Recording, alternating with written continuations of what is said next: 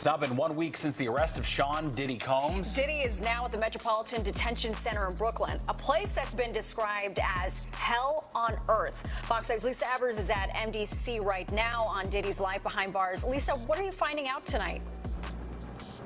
Well, Natasha and Steve, for the first time in his life, Sean Diddy Combs has spent a week behind bars. He's here inside MDC, where he's been since his arrest on Monday night on federal sex trafficking and other charges, to all of which he's pleaded not guilty. There's no VIP section, there is no concierge, only con men, killers, and kingpins. MDC is so bad, federal judges have questioned the harsh conditions for those here awaiting trial. So bad, I was here 2 years ago during a cold spell, reporting on detainees with no heat, pounding on windows for help. There was even a congressional inquiry. But take the word of a former inmate I spoke with who goes by Esco. It's terrible. The food is terrible. Of course, the inmates are terrible. The guards are terrible. The conditions are terrible.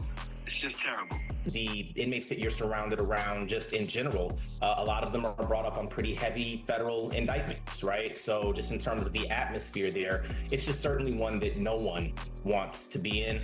Combs was placed in a special housing unit and on suicide watch, the standard protocol for high-profile celebrity detainees. The disgraced mogul was denied bail by two separate judges.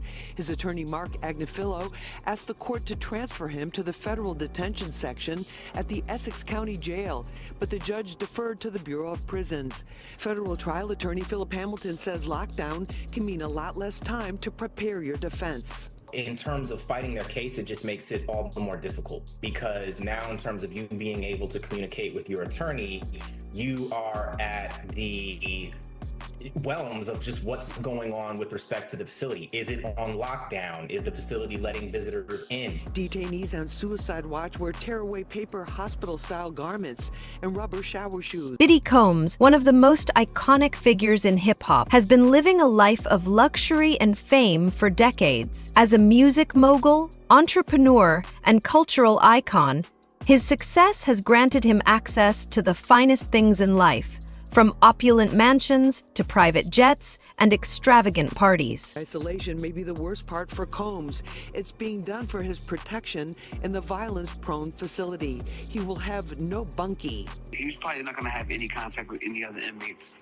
So for him, it's going to be a little different than for a person like me, where I will go in, I will go through process and intake, and then they'll assign me a cell, and I'll have a bunkie or a cellmate, and I'll be in population. For him to be able to get out at this point, it just doesn't look good.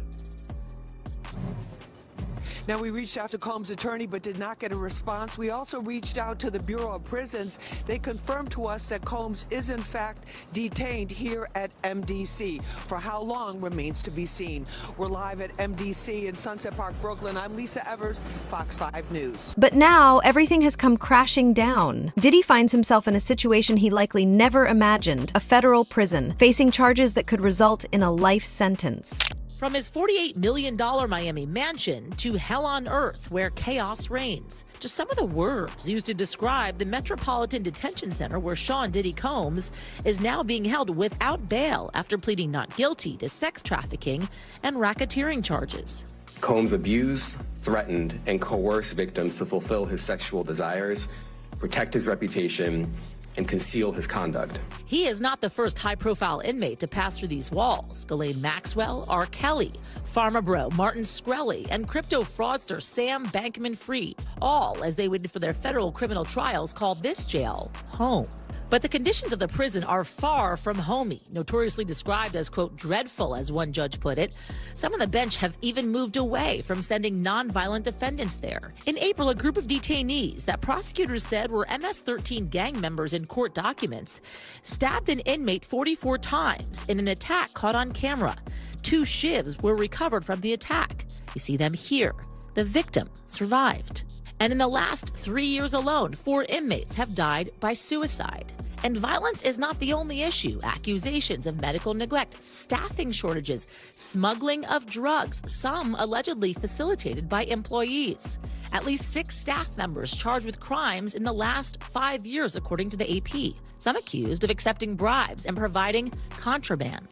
I've had clients describe MDC as hell, as the worst conditions they've been in. Lance A. Clark is a federal defense attorney who's been there many times. Now, if the government is going to mandate that they are responsible for your well-being, they have to ensure the safety of your well-being. Occupy the streets until they get heat. In the winter of 2019, protests over a power outage left inmates without light or heat for a week in the cold. I understand how cold it must be in those cells, and not to have any electricity, any lights, and to not be able to communicate with your family is just inhumane. The prison has about 1,200 detainees and is the only federal prison in the nation's largest city. Diddy's arrest in mid-September sent shockwaves through the world. The 54-year-old who built an empire through his music label Bad Boy Records and various business ventures now faces serious charges, including racketeering and transportation for the purpose of engaging in prostitution. DOJ shut down New York City's other federal jail, the Metropolitan Correctional Center, back in 2021, 2 years after Jeffrey Epstein died by suicide there. A Bureau of Prisons spokesman telling NBC News they, quote, take seriously addressing the staffing and other challenges at MDC Brooklyn, adding the director appointed an urgent action team and they've increased staffing. The MDC has historically had tremendous problems, and the problems aren't resolved. Combs' lawyers originally hoping he could await trial under house arrest at his mansion, now arguing for him to be moved to a prison in New Jersey in the lead up to this trial, citing the prison's poor conditions, violence, and deaths. On Wednesday, his lawyer said he was being held in a special housing unit with an extra level of security. Yasmin's back with us now. So what is next? Is he going to be in jail in this facility until the trial begins? Is there a chance he could, get moved earlier than that? As of this moment, as of this hour, as of today, yes. But of course, as I mentioned earlier, they're going to be appealing this thing next to the Second U.S. Circuit Court of Appeals to overturn the judge's order here to try and get him actually released to his mansion on $50 million bail, wanting a GPS monitoring system, limited visits from family members, friends, so on and so forth. That is what they're proposing because of course, the violence I talked about in that piece inside these jail walls. They also, in the meantime, Hal, want to get him moved to a jail and/or prison in New Jersey.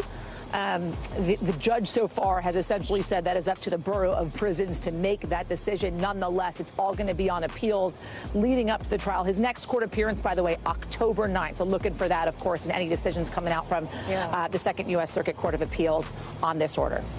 Thanks for watching. Stay updated about breaking news and top stories on the NBC News app or follow us on social media.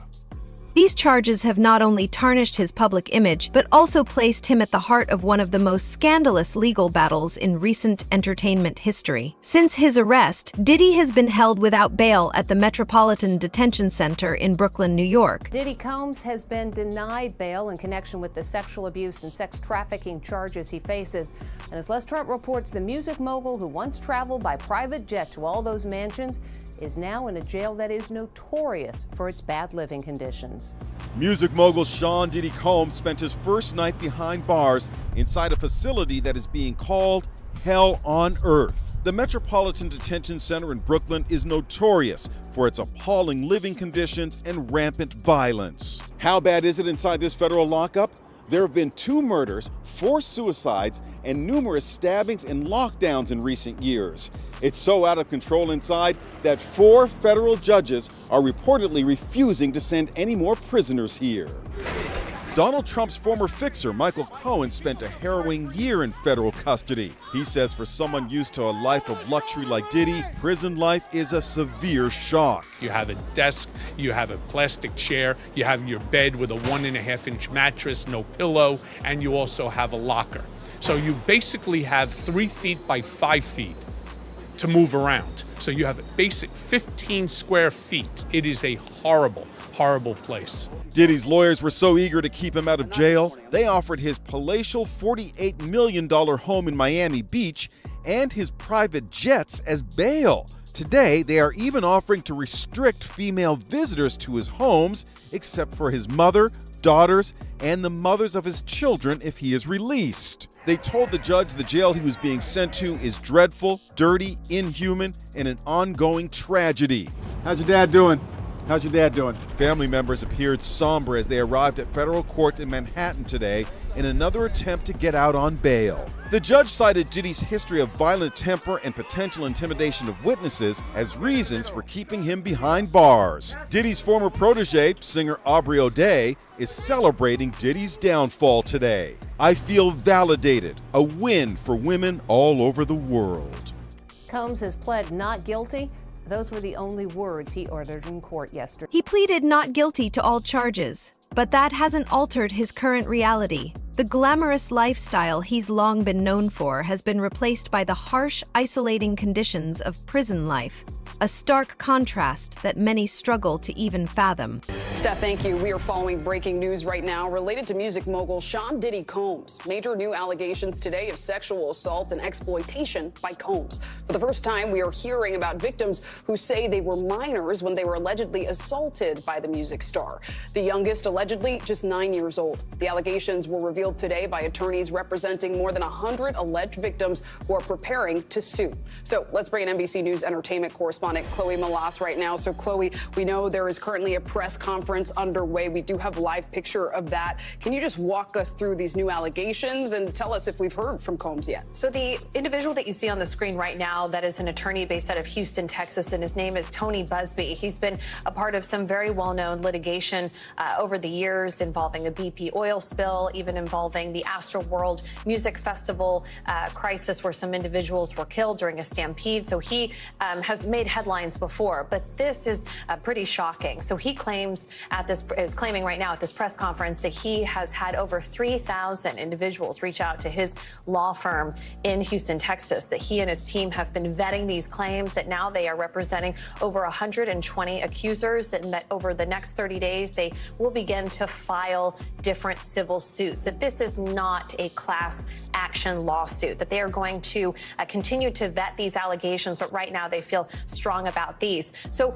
he also said today that it's not just Combs that will be named as a defendant, that there will be other high-profile individuals, some household names. He says, quote, many powerful people, there are many dirty secrets.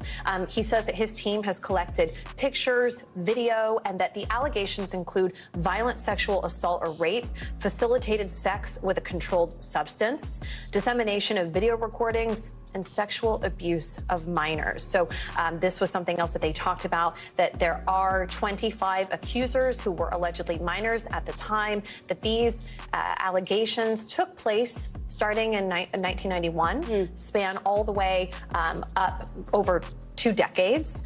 He also talks about where these individuals are from. He said that they hail from more than 25 states, New York, California, Florida. We know that Diddy had a residence in Miami, Georgia. We've reached out to Sean Combs' legal team for comment. They have not yet responded. Combs is currently being held at the Metropolitan Detention Center in Brooklyn while he is awaiting trial on the New York indictment, where he is charged with racketeering, sex trafficking, and prostitution charges. Now, I also just want to point out that they also claim that 62% of these individuals are identifying as an African American, and that they are evenly split between female accusers and male accusers and Clay. So this is very interesting. And he said that he said, you know, look, I know that everybody expected me today or wanted me to name other high profile individuals. He says, I'm not going to do that today, but it will come at some point. He says that these names will shock you. Wow. I mean, shocking details to say the very least. And I'm sure just the start of what's to come. Chloe Malas, thanks so much. Thanks for watching. Stay updated about breaking news and top stories on the NBC News app or follow us on social media. Diddy, once accustomed to the spotlight, now faces the cold solitude of a prison cell. The case against Sean Combs might as well just be called the freak-offs. These allegedly illegal freak-offs. It's all about the freak-offs in one way, shape, or form. Freak-offs? Freak-offs. Freak-offs. Freak-offs. The freak-offs sometimes lasted days at a time. Prosecutors say that these were elaborately produced events, bringing lighting in, cameras, linens. Prosecutors said he would masturbate during these freak-offs, and women had no choice. Alleged drug-fueled orgies, prostitution, and a cover-up. freak-offs, as they're called, at the core of a searing 3-count federal indictment against Sean Diddy Combs. Sex trafficking, racketeering conspiracy, interstate transportation for prostitution. Now a look at the charges that threaten to end his career and his freedom. Inside the fall from grace from the powerful impresario, a reckoning that some say is long overdue. He says, oh, I'm hip-hop. Yeah, well, you know what? Hip-hop deserves better. During bi-coastal raids on his homes in LA and Miami, authorities say they seized various freak-off supplies, including drugs, and more than 1,000 bottles of baby oil and lubricant. Federal prosecutors said Sean Combs did not act alone. He had assistants, managers, security staff who would make sure that women and male prostitutes were at these freak-offs, that the hotel rooms where they were staged were stocked with supplies like baby oil and lubricant. For decades, Diddy reigned as one of the titans of music. Keep banging. A kingmaker who launched the careers of Biggie Smalls. Throw your hands in the air if you're a true player. Many now asking how the man who allegedly behaved so abusively was able to do it so often and for so long. The culture of silence was colossal. You know, it really protected Sean for a number of years. These people think that they're so powerful, it was never going to catch up with them. Just this week, a new accuser coming forward, alleging in a civil lawsuit Diddy raped her at his recording studio. The internal pain after being sexually assaulted has been incredibly deep and hard to put into words. The latest filed by Talia Graves, who says in her lawsuit that in 2001, she was, quote, bound and restrained while Diddy mercilessly raped her. She alleges he, quote, video recorded the encounter. Former inmate Timothy Smith, who has firsthand experience with the federal prison system, has offered a glimpse into what Diddy is likely enduring. And it's shown the video to multiple men. Flashbacks, nightmares, and intrusive thoughts make me feel like it's a constant struggle. Attorneys for Diddy did not respond to a request for comment on this case. In court, as he's faced criminal charges, Diddy pleading not guilty and denied bail twice. Prosecutors painting a picture of the 54-year-old mogul who, behind his lavish lifestyle, allegedly hid a dark secret. According to the indictment, the agents found weapons, including AR-15 style rifles, in Diddy's closet. The serial numbers were defaced. They also say they found recordings of freak-offs. And the evidence was then used to blackmail these women if they didn't cooperate more. Diddy's longtime ex-girlfriend, Cassandra Cassie-Ventura, filing a lawsuit against them last year that changed everything. He would direct her how to touch the sex worker, how to pour like oil over her body, and he would watch these things